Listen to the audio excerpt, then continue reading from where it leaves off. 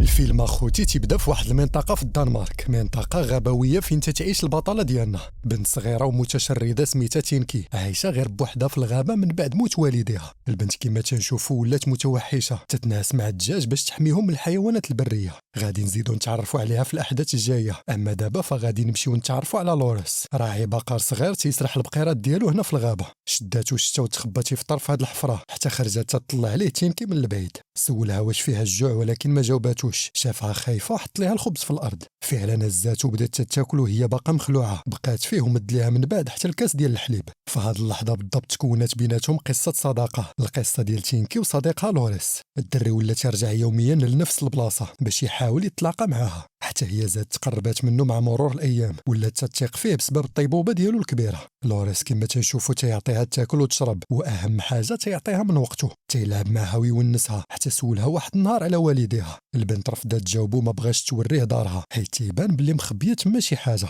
ضرباتو وهربت تجري للغابه، ولكن عاودت رجعت عنده لغد ليه في الصباح، طلبات منه يذوقها من ماكلته، ولوريس كما تنشوفوا رفض حتى توريه دارها ووالديها. فعلا البنت اضطرات تديه معاها هاد المره، داتو لدارها اللي ما بعيداش بزاف من تما. الدار جات مخبيه في وسط الغابه، ولكن علماتو باللي تتنعس هنا في البراكه ديال الدجاج، تتحميهم في الليل من الثعالب والدياب كما كان تيدير باها اللي عاد توفى مؤخرا. وراتو قبرو وشرح ليها باللي ممنوع الدفينه في الغابه حيت تيدفنوا الميتين في المقبره ديال الكنيسه. قالت ليه تينكي باللي ما كانش عندهم الفلوس الكافيه، وهداك الشيء علاش دفنوه غير هنا حدا الدار. لاحظ في ديك اللحظه باللي تينكي تتحفر حفره ثانيه، ضرو راسو وسولها على امها، قالت ليه ناعسه لداخل في الدار، وكما تنشوفوا ضرباتو للرجل وما خلاتوش يدخل عندها. جلسات من بعد تتبكي في الارض، وهنا لوريس دخل يطلع على السيده باش يفهم شنو طرا. غير حل الباب بانت ليه الجثه ديالها فوق الناموسيه، وتيبان باللي توفات هذه اشهر طويله. جلس تيتقيا بسبب الريحه المجهده، حتى جات عنده تينكي وطلبات منه يعطيها الماكله. جلسوا ياكلوا وسولها شنو طرا، قالت ليه باللي كانت مرضات من بعد الموت ديال باها، وباللي حاولت تدفنها حتى هي ولكن ما قدرتش تحفر في الارض.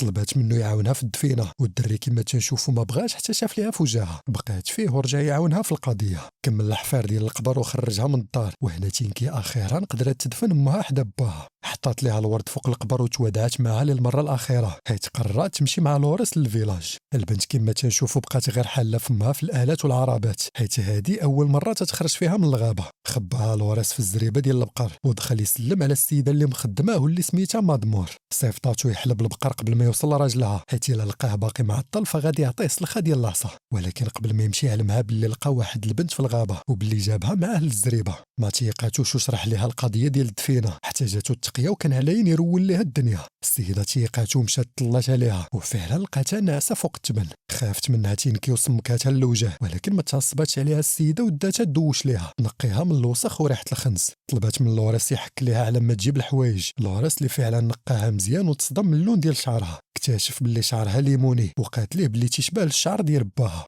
السيده كما تنشوفوا لبساتها حوايج جداد وكلاتها وخلاتها ترتاح في الدار على ما يرجع راجلها. السيد دخل ولقى لوريس جالس تيدوش وتعصب عليه حيت مازال محلب البقر. زاد تعصب ملي بانت ليه تينكي في الكوزينه، وقالت ليه مرتو باللي البنت يتيمه ولقاها لوريس في الغابه. شرحات ليه باللي غادي تربيها في الدار باش تعاونها في الخدمه، ولكن السيد رفض وعلمها باللي غادي يديها للمأمور ديال الفيلاج. تينكي خافت يشدوها في الحبس وجلست تتغوت حتى قرب عندها خونا بالعصا، كان غادي يضربها ونقزات ليه الوجه، عضاتو في نيفو وخلاتو كله دمايات. واخا هكاك السيد فعلا داها للمأمور اللي سولها على سميت والديها، ما جاوباتوش حيت ما بقاتش عاقله. وهنا مادمور طلبت من المأمور يخليها معاها تربيها في دارها على ما يعرفوا اصلها. السيد رفض وطلب من الخدام ديالو يديها للخيريه، ولكن كما تنشوفوا عضاتو في نيفو وهربت تتجري من تما. للاسف الناس ديال المأمور قدروا في الاخر يشدوها ومشاو من بعد يجبدوا الجثه ديال والديها باش يدفنوهم في المقبره ديال الكنيسه. لوريس كما تنشوفوا هو اللي وراهم الدار، وغير رجع بحالو لقى تينكي جالسه تتسناه. بغا ضربو حيت بسبابو تشدات في الخيريه، ولكن شرح ليها باللي ما دارهاش بالعاني.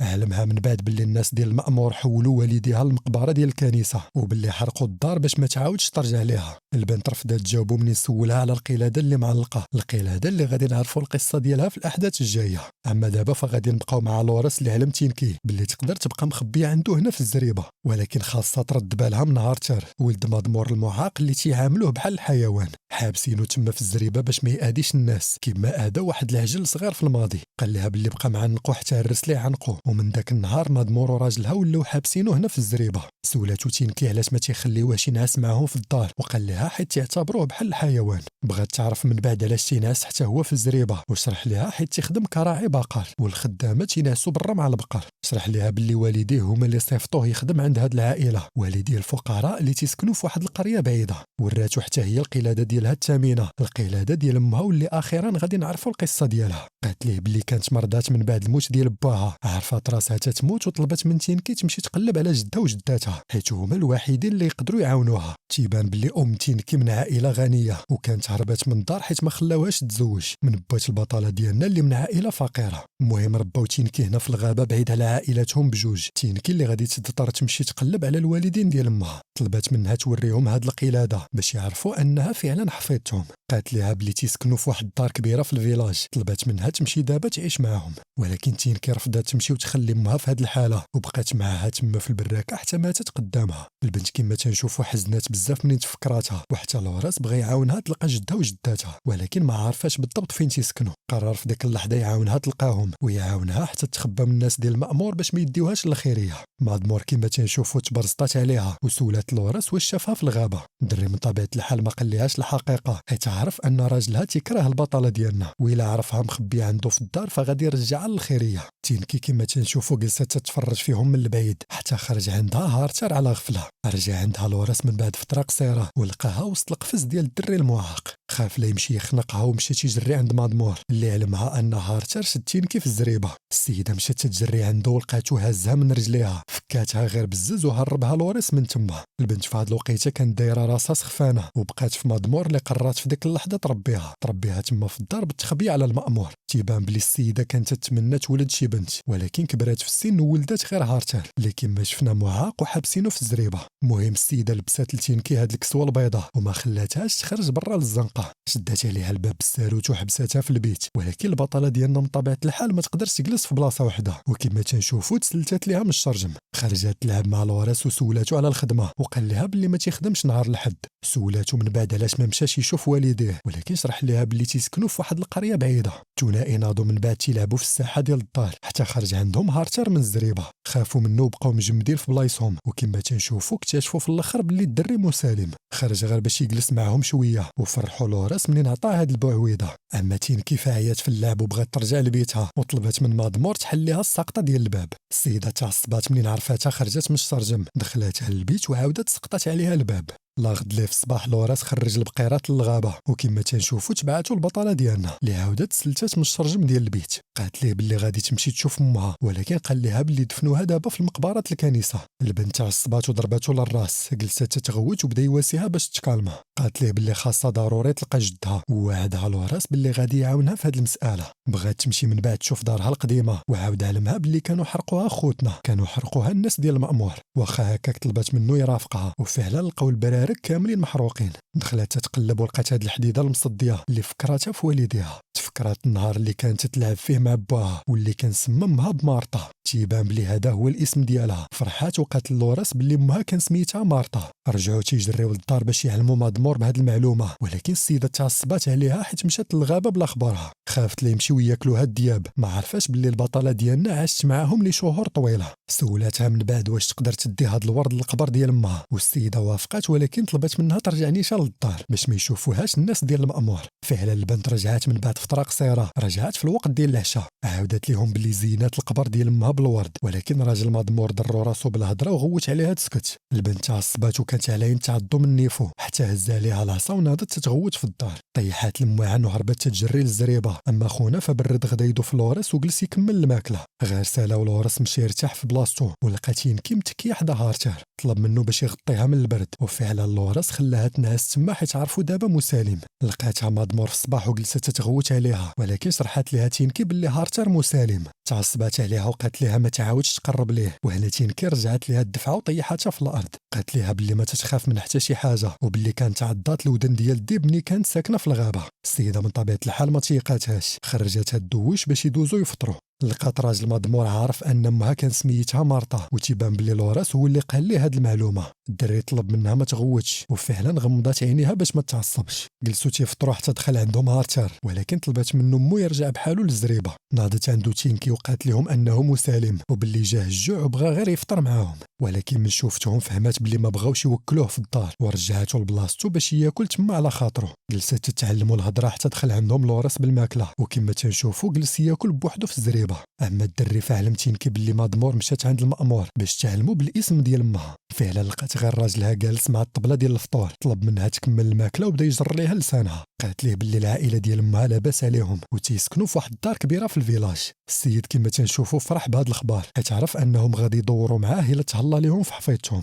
من بعد في ديك الليله تتبان لينا تينكي تتشوف في القلاده ديال امها، حتى سمعت مضمور تتهضر مع راجلها. شرحت ليه الهضره اللي قال ليها المأمور، قال ليها باللي فعلا بنت اغنى رجل في الفيلاج كانت هربت من الدار وكان سميتها مارتا، تيبان بلي هي ام البطله ديالنا. وهنا السيد طلب من مرتو تلبس تينكي احسن لباس باش منين يجي يديها جدها يدور معاهم بالفلوس. ولكن السيده ما صدقاتش طماعه بحالو، وبالعكس بغات تخلي تينكي عندهم في الدار وتربيها بحال بنتها. خونا من طبيعه الحال رفض كليا هاد المساله، وفكرها باللي راها هضرات دابا مع المأمور اللي غادي لاقي تينكي مع عائلتها. تينكي اللي كانت تتصنت عليهم من الباب وطلبت من مضمور تعطيها كاس ديال الماء. السيده رجعتها من بعد لبلاصتها وسولتها علاش ما بغاش تكون بنتها. قالت ليها تينكي حيت اصلا عندها امها، وهنا مضمور شداتها البكيه حيت كانت بغات تربيها. واساتها تينكي وشرحت ليها باللي عندها ولدها هارتر وباللي خاصها تهلا فيه بالرغم من الاعاقه اللي عنده. فعلا مضمور بدات تتخمم، ومن فاقت الصباح في البلاصه خرجته من الزريبه. جلست تدوش ليه وخلات تينكي تطيب الفطور حتى جا عندها لوراس وعلمها باللي غادي يجي عندها جدها هاد النهار.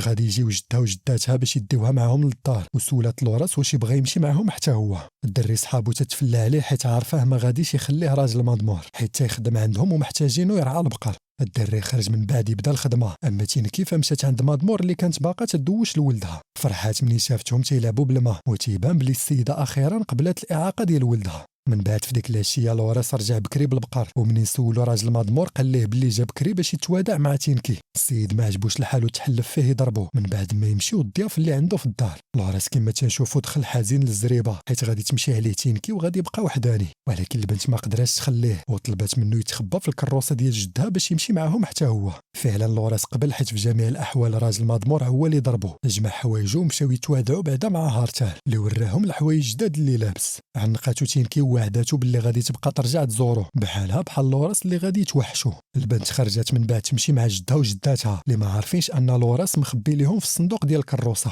خونا كما تنشوفوا بقى لاصق فيهم حتى دوروا معاه ومشى بلا ما يسلم على تينكي اللي عنقاتها مضمور وتمنات لها التوفيق في الحياه. اما راجلها فكان دخل يقلب على لوراس في الزريبه، ومن طبيعه الحال ما لقاهش تما. عرفوا تخبى في الكروسه ديال خوتنا وكان غادي يخرج عنده، ولكن تعرض ليه هارتر في الطريق ما خلاهش يخرج وشد عليه الباب ديال البيت، بين ليه باللي حتى هو بشر بحاله. نرجعوا عند تينكي اللي مشات مع جدها وجداتها اللي متاكده انها حفيدتها عكس الجد اللي باقي ما مقتنعش بالقضيه. تيبان باللي تينكي مازال ما وراتهم القلاده واللي هي الحاجه الوحيده اللي تثبت انها فعلا حفيدتهم. المهم المجموعه وصلوا للدار مع غروب الشمس، وكما تنشوفوا تينكي كانت داها النعاس وطيحت القلاده بالغلط. ما شافها حتى شي حد وبقات تما في الارض. اما البطله ديالنا فكانت تحلم بوالديها، واخيرا عقلت على سميه باها. فاقت في الصباح وعلمت جداتها باللي سميتو تاركيل، والسيده زاد تاكدت حيت هذا هو الشخص اللي كانت هربت معاه بنتها. دخلوا في ديك اللحظه خوالات تينكي اللي شبهتها وحده فيهم لاختها مارتا، اما الثانيه فشافت لون شعرها وقالت لهم باللي البنت اكيد تتكذب وباللي ما عندها حتى علاقه باختها مارتا. البطله ديالنا في ديك اللحظه رشاتها بالماء وضحكات فيها الناس كاملين اللي تما.